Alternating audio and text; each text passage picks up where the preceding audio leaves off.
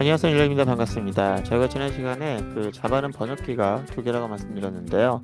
그거는 자바 언어의 탄생 배경과 무관하지 않기 때문에 이번 시간에는 자바 언어의 탄생 배경에 대해서 알아보도록 하겠습니다.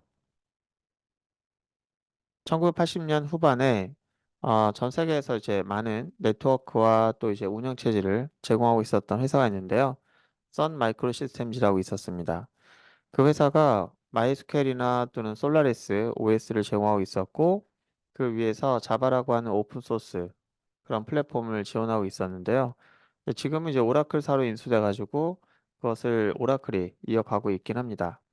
근데 오라클이 인수한 다음에 이제 유료가 되긴 했는데요. 어쨌든 그때 이제 선 마이크로 시스템즈가 오라클에 인수되기 전에 이런 생각을 한 거예요.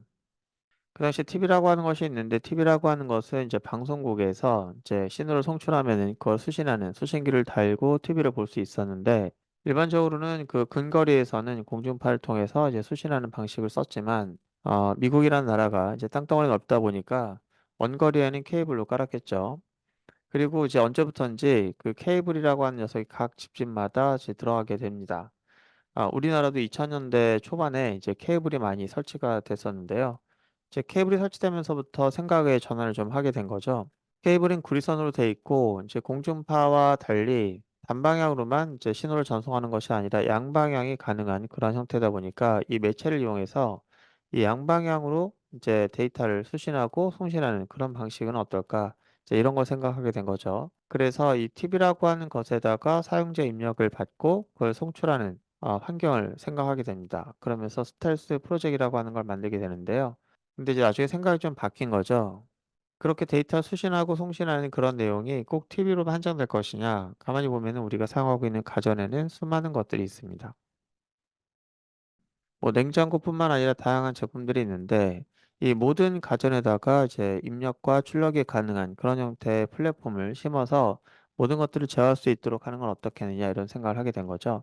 그러면서 프로젝트가 좀 달라지기 시작합니다. 이 전체를 대상으로 이제 사용자 입력을 가능하게 하는 그런 환경 또는 원격으로 제어할 수 있는 그런 환경을 생각하다 보니까 이거를 그린 프로젝트로 바뀌게 돼요. 그러면은 이제 모든 가전에서 돌아갈 수 있는 환경을 만들어야 되는데 그런 환경을 어떻게 만들 것이냐라고 생각하면은 어쨌든 단일화 환경을 만들어야 될 것 같다는 생각이 드는 거죠. 내가 만든 어플리케이션이 모든 가전에 특화된 방식으로 만들었다가는 이 답이 없으니까. 그래서 플랫폼을 생각하게 되는 거죠. 바로 이 플랫폼을 만드는 프로젝트가 그린 프로젝트이고요. 그럼 이 플랫폼 위에서 어떤 어플리케이션을 만들게 될 텐데 그런 어플리케이션을 만들 때는 어떠한 언어를 이용할 것이냐라고 하는 게 이제 거론이 되는 거죠.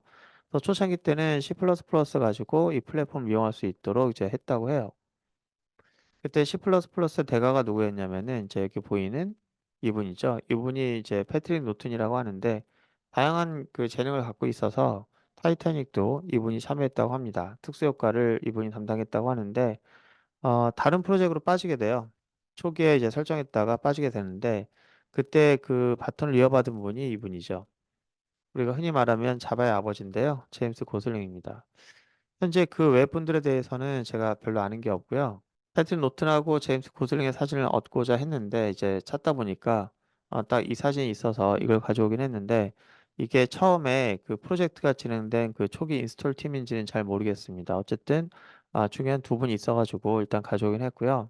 제임스 고슬링이 패트릭 노튼의 그 일을 받아 가지고 다시 수장이 되었긴 했는데 이분이 C++를 위한 플랫폼을 만들려고 하다가 이제 C++를 이용할 때 문제점이 있다고 이제 얘기를 합니다. 그 첫 번째가 일단 C++이 갖고 있는 고질적인 문제가 객체를 동적으로 만들고 동적으로 저희가 삭제를 해야 돼요. 그래서 동적이라고 하는 건 뭐냐면 객체를 생성하고 삭제하는 거를 저희가 직접 관여한다는 얘기죠. 이제 개발자가 또는 프로그래머가 동적으로 객체를 만드는 거는 만드는데 이제 제거를 못하게 되면 어떤 일이 발생하냐면은 메모리 누수가 일어나는 거죠.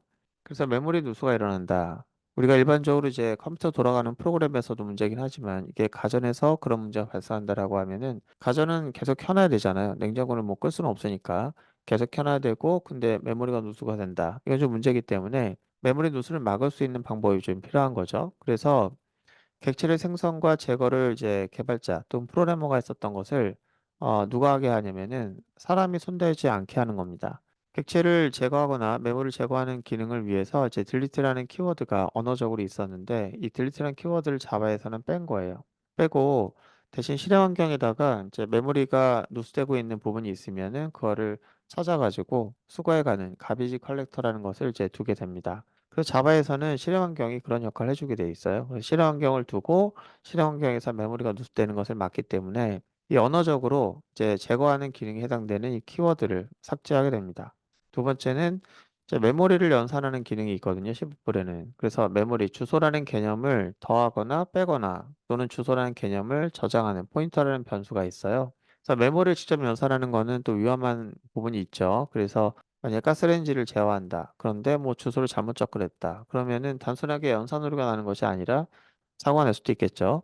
그래서 포인터라는 것을 없애고요. 그 다음에 그 주소를 연산하는 것을 없앱니다. 그래서 자바에는 포인터라는 것이 없어요.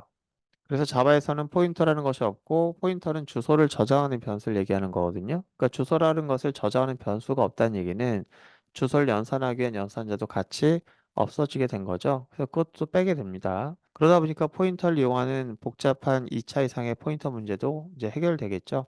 그래서 모든 포인터를 다 없애버립니다. 그리고 이제 위험성은 제거한 거죠.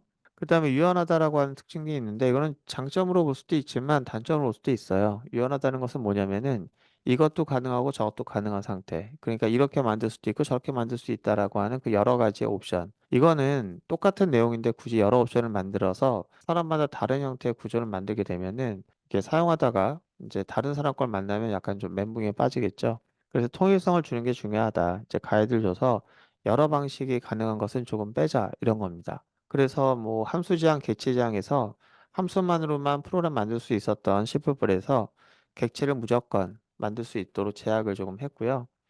그다음에 데이터 구조를 정의하는 것도 우리가 스트럭트라고 하는 키워드와 클래스라는 키워드 두 가지 이용할 수 있었는데 이제 데이터만 정의하는 스트럭트는 빼버리게 됩니다. 그래서 다 제거가 된 거예요.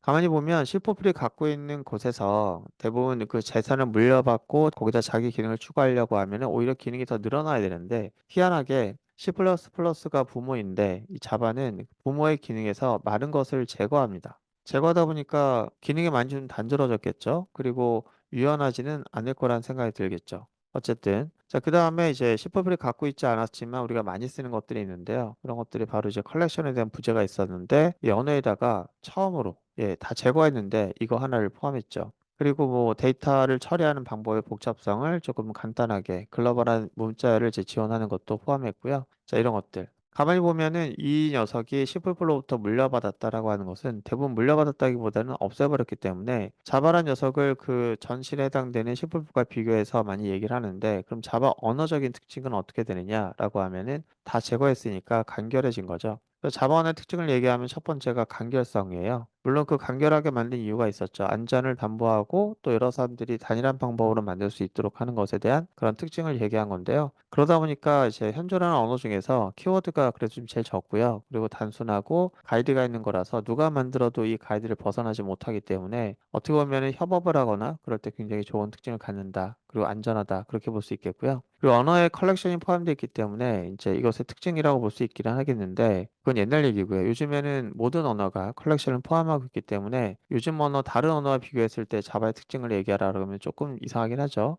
그리고 완전한 객체적 언어다. 그렇죠. 일단은 클래스라는 녀석을 거론하지 않고는 어떤 코드도 작성할 수가 없습니다. 근데 클래스를 모르는 사람이 얘가 뭐지? 이런 경우가 있는데요. 그래서 일단은 처음에는 클래스는 그냥 일단 쓰는 거야 하고 진행하는 경우가 많죠. 일단 나중에 객체 지정할 때 그때 다시 설명드리도록 하겠습니다.